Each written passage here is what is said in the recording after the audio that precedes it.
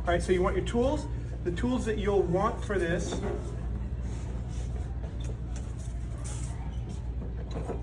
are really,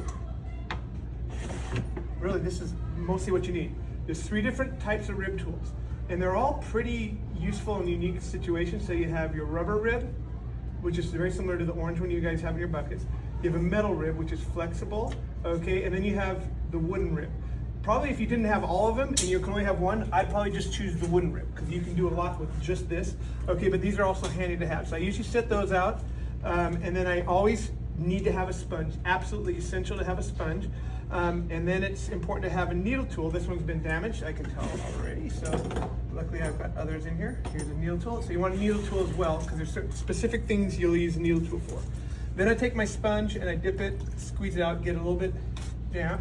And then I like a sponge on a stick because if I do tall cylinders, now for the size you're gonna start off with, that's not necessary. But like when I start doing tall cylinders, the sponge on the stick is handy because I have giant hands, so they don't fit down the cylinder a lot of times. All right, now I check to make sure my tools are clean and that my bat is clean. If it's not clean, you can just kind of run it and scrape off your clay. Okay, and then you have a little bucket you dump your excess, like you have little clay scraps or slurry, which is like the slip that's on there. And then you want your surface to be a little damp, but you don't want it to be sopping wet because your clay won't stick. So I usually run the sponge and just drag it out like that. All right, then I grab my clay. Okay, we already measured it out, so we know this is 1 pound of clay. And then I'm gonna identify where the center of my my bat is. You see what I'm doing right there? I can see, there's the bullseye. That's where I wanna aim, and I just slam that down. Now I was a little off, but that's not a huge deal. But if you can tell, like, oh yeah, I'm a little off, then you can give it a little tap if you want it to be center. Now a lot of times I'll skip that step just because I'm gonna like muscle it into place. But if you want to make your life easier, you can tap it to so it's a little bit more center. Okay. Then I want to make sure this is always slippery. Okay, because if you have friction, it sticks to your hand, and then you can pull it off, or you can get it misshapen. So you always want it feeling slippery through your hands. Okay. Then I'm going to go ahead and let it start to slip through my hands. I'm going to give pressure from the top down into the bat until I feel that it's adhered to the bat. Oh, now see, I can already feel it. It's kind of moving, not adhered to the bat. Okay, there we go. Now I can feel it sticking to the bat. So where I'm giving pressure right now is a lot with this part of my hand and this part of my hand. I'm just giving pressure down so this sticks to the wood. Now the nice thing about the wood bats is they have these fibers, so they stick really well. I also have plastic bats, which last way longer.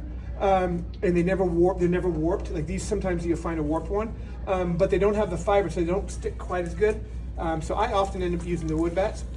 Then what I want to do is you just start following the poster. So you get your clay on there, and then you're going to cone the clay up into a little tower, and then you're going to bring it down. Okay. Now if I've already done a good job kneading it, I usually do that once. You may want to do it a couple times because it helps you with centering. It also gets the clay a little bit more workable. It kind of like, it's like stretching out before you exercise, right? So that's kind of what, if you want to think about what you're doing with the clay. So what I'm going to do is I'm going to give pressure here, okay? And on the other side, I'm going to give pressure kind of with my hand here. And I'm going to kind of squeeze an opposite end. You'll see I always am planted with my feet on the ground, my elbows on my knees, okay? So that I'm very strong and solid. Okay, what you don't want to do is be way out here reaching, because then there's a lot of stuff that can move around. So you want to be kind of rigid. All right, so I always move my head over the clay so I can look down on it, and my arms are resting on my thighs. If you need to, there's like these different wheels are different heights. This is a little bit lower. These older ones are a little bit lower. Actually, you can lower that one by taking the bricks out of that one. So this one is the tallest of them all. I like this one. It's a good size for me, and I've raised the stool a little higher. All the stools you can raise up. So get yourself in a good, comfortable posture where you can get like this on the actual clay. Now I'm going to spin it, and I'm going to start to center it, and then I'm going to go ahead and cone it up. So that's kind of the process I'm doing right now. So I'm giving pressure with those two parts of my hands I just talked about. And most of my pressure I start with is down low. So that's going to push this clay in, and the clay is going to start to come up this way. So pressure low. So you don't want to make the top skinny and then go to the bottom. You want to start with the bottom and start pressuring it, and it'll rise up.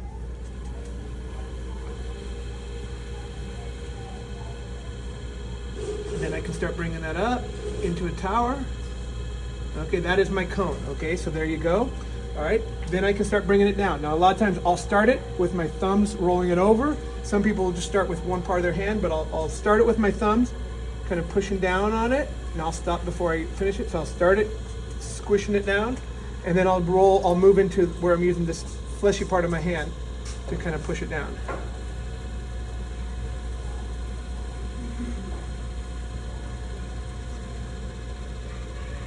Okay, now if you have a little bit of a wobble, okay, you can do it again. You see I have a little bit of a wobble? Okay, so now what I want to do is I want to go ahead and start it back up until I can see my hands aren't moving. So what I'm doing is I'm watching my hand. When I don't see this happening, as I bring it up, I know that now it's getting back to center. Now I can bring it back down. And ultimately the shape, I describe it as either a hockey puck or an igloo. Somewhere between a hockey puck shape and an igloo shape is kind of what you're aiming for. The cheesy little diagram we have here is actually a pretty accurate thing what you're aiming for. So something along these lines. You see what I got? All right, now what I want to do, now that I've got it centered, is I want to go ahead and I want to open it. All right, so opening it is I'm going to go straight down in the center and I want to go down. If you watch 10 different potters, you'll probably see 10 slightly different techniques. At some point, you always are doing it in the center. Some people are doing it with 2 thumbs, a thumb, these 2 fingers, whatever you start with. I usually start it off with my 2 thumbs because it helps me to stay centered and to get it right in the middle. And then once it's started, then I'll switch and I'll go ahead and go with these, usually my 2 middle fingers here. Now, one of the key parts about this, guys, is you'll notice when I'm working with this, anytime I can connect my hands, they're touching. So if I'm working over here, I'm touching my hands.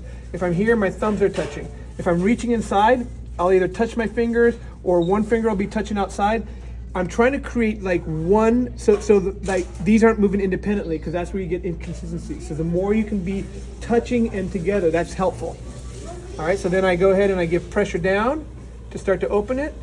And if, at some point you're gonna run out of water, okay, because you're stretching out the clay here and you've got friction, you're gonna feel friction. You can see that buildup right there. It got dry right there. So I just come in and I dab a little bit of water in there. I can wet my finger too. And then I'm going to switch over to my 2 fingers, like I mentioned. And I'm going to push down while I support the outside. Because sometimes you'll have a tendency to flare it out too much. So this is just keeping it from flaring out. Okay, I'm just kind of guiding it. I'm not giving inward pressure. I'm just giving downward pressure here with my 2 index fingers, or my index and my ring finger, I guess is appropriate there. Now, I do quite a bit of throwing, particularly in the last year. I've really kind of like upped my game and the amount of pots I've been doing. So I kind of have a good judge of how deep I want to make this, but a great way to check to see the depth of your pot is to use a needle tool. Okay, and that's why you always want to have one to start with. That, and if you ever need to trim up the rim, they're very handy. Okay, but so what I'm doing is I'm getting my initial depth. I'll take my needle tool, okay, and then I'll put my finger up on it like this and make sure it's not moving because you'll slice up the bottom of your thing. So I put the tip down, touch the bat, slide my finger down until I touch the clay, then I pull it up and I don't move. And that is the depth of my bottom, and that is just about right. Okay, for a pot this size, having 1/4 of an inch is just really good, okay? If you had that size in all your walls, that'd be a great start for you. Okay, so now once I know I've got the right depth, now I can kind of move back and forth across that and do what we call compressing. So we're compressing the bottom. Basically, we're just pushing, if you want to think of those little like platelets, we're trying to push them really compact together so it's tight, and make sure that it's even thickness so that like if there's waves or speed bumps in it, that's where you're going to get cracking when it gets fired. So having an even like depth on your bottom is important. Okay, once I've done that a couple times, so while I've been blabbing here, I've kind of been doing that, then I'll go ahead and before I do my main pull, I'll do kind of like an initial pull to kind of create this little volcano shape. And what I'm doing here is I'm pulling this finger across this part of my hand. So I'm just supporting it and I'm very lightly pulling up just to kind of give it this little volcano shape. Generally, when you pull, a lot of times, particularly new potters have a tendency to get this kind of blossoming shape that you don't want, that gets out of control. So starting with it a little bit of a taper towards the inside is helpful. Okay, it's kind of a hack. Okay, if that's helpful. Anybody that just came in from Ceramics Club that wants to scoot up here, you're more than welcome just to move over here, guys. All right, so now once I've got that, I want to make sure my clay is slippery everywhere. Again, you don't want friction. Once I'm at that point, what I want to do is I want to have my finger here start on the very bottom where I'm touching the bat and the very edge of the clay. Now, if you have a big, like a lot of excess clay here, sometimes newer potters get that. Sometimes I'll just use the back of my finger or a tool. Okay, you can use the back of your thumbnail and just hold it in place and create a little groove for your finger there to start your throwing there. Okay, and now that's where I'm going to start, and I'm going to connect my fingers. Okay, and what I'm going to do is what's going to happen inside is the inside fingers going to push out and then roll right above this finger, and the clay is going to do a little S right through those two fingers right there. Okay, so that's what's going to be happening here. Now you'll see there'll be a little bump, and you'll see that bump move up, and as it moves up, the height of this will go up. All right, so we'll start here.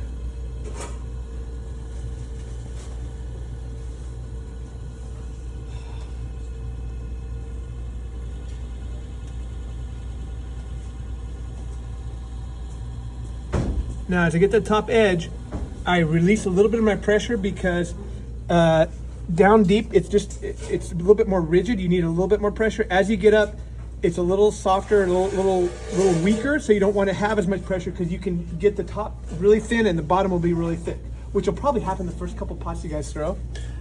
So once I've done that, then I get my sponge, get a little bit wet. I usually do these two fingers, and I do a little dribble so that the water dribbles down on the inside and the outside. Once I know that that's slippery again, then what I'll do is I'll hold these two fingers, and I'm basically making like a little cap right there that I'm going to compress the lip, okay? Because the lip can get weak, and you want it to stay strong, so I compress it. It also removes some of the slurry that I have. Slurry is, like I said, that kind of liquid mud that comes off there. Okay, once I've got that, I can do another round of pulling. I usually pull 3 times on smaller pots. I'll probably pull a little bit more here. I might do 4 on this one.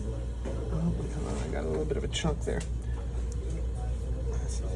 There we go. Okay, now I'm going to push out with my inside finger, go right above my outside finger, and then I'm going to go ahead and pull up. See that bump coming up? And you'll see it get taller as I go.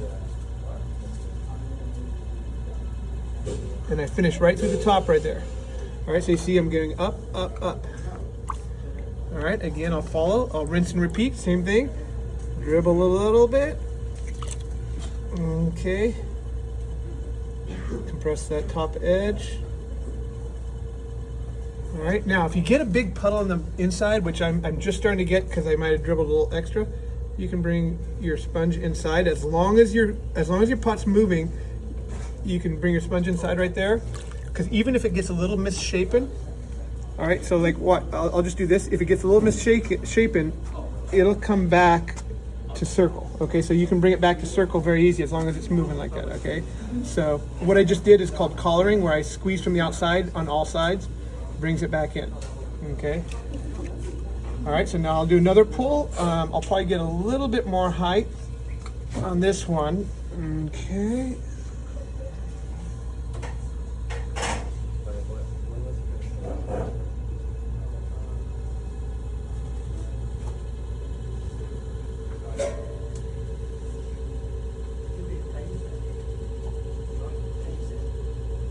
Okay, so yeah, so you can see it higher and higher each time I do a pull.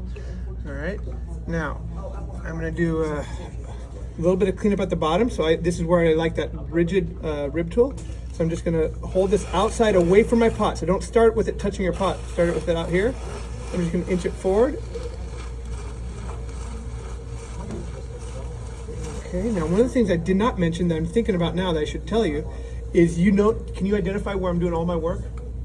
Where's all my work happen? My throwing, my trimming, everything. On what part of the pot is it happening? The part coming towards me or the part going away? Nope, the part going away, because it's spinning this way. So if this is coming towards me, your fingers are going to catch. It's going to do bad things. So you always want to work on the part that's going away from you. Now we can switch, if you feel more comfortable doing more stuff left-handed, then we can switch the rotation of all these. There's little things I can move that'll switch the direction. So I would try it this way, even if you're left-handed. I would try seeing if this is comfortable. If not, we'll try the other direction. But you always want to work on it going away, because you'll have a lot of problems if you don't do that. Okay. So again, like I said, like I can use this wooden tool, and then I can kind of clean that up a little bit more right there. All right, and there we go. Now my bottom looks a little bit neater, but I scraped away the slippery part, and I want it slippery. All right. Do my whole process again. All right. Compress the top. All right.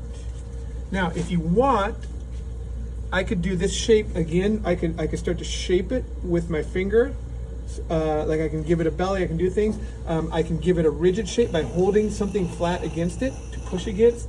I can pull. Even I can shape it with one of these to do this. I'll use a rubber rib, so I can give you a little bit of a belly and give it a little bit of shape there.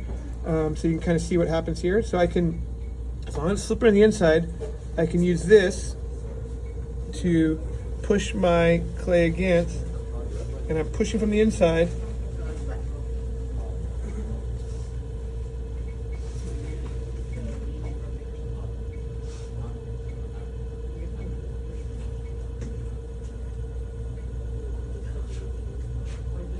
All right, so you see you can start to shape and create different forms. And you saw how it got misshapen while I was doing that. Like it was like, oh my gosh, it looks like it's, and then it'll come back. As long as you keep it spinning, it'll come back to the circular shape. Okay, so kind of, and you'll probably do it wrong. You'll probably mess it up in the beginning because you don't trust it, or you stop, or something happens. But it's definitely experience. You kind of know, you kind of get a consistent confidence of what the clay is going to do. So that's kind of it. I can tell I have a little bit extra down the bottom. I'm going to try to bring up right now. But other than that, that's kind of like the basics of throwing on the pot. I'm going to post these 2 videos that Don just took for me. I'm going to post them onto YouTube, and I'll put a link into our club, so you guys can revisit those maybe before, or if you throw, then you need to go back and see what you did wrong. You can do that as well. I'm also in here on our Tuesdays that I can answer questions for you. Okay, so starting next Tuesday, if you guys, there's 5 of you guys right here, 6 of you guys right here, and there's 5 wheels. So I think we're not going to be too crowded right now until more people show up. If more people show up,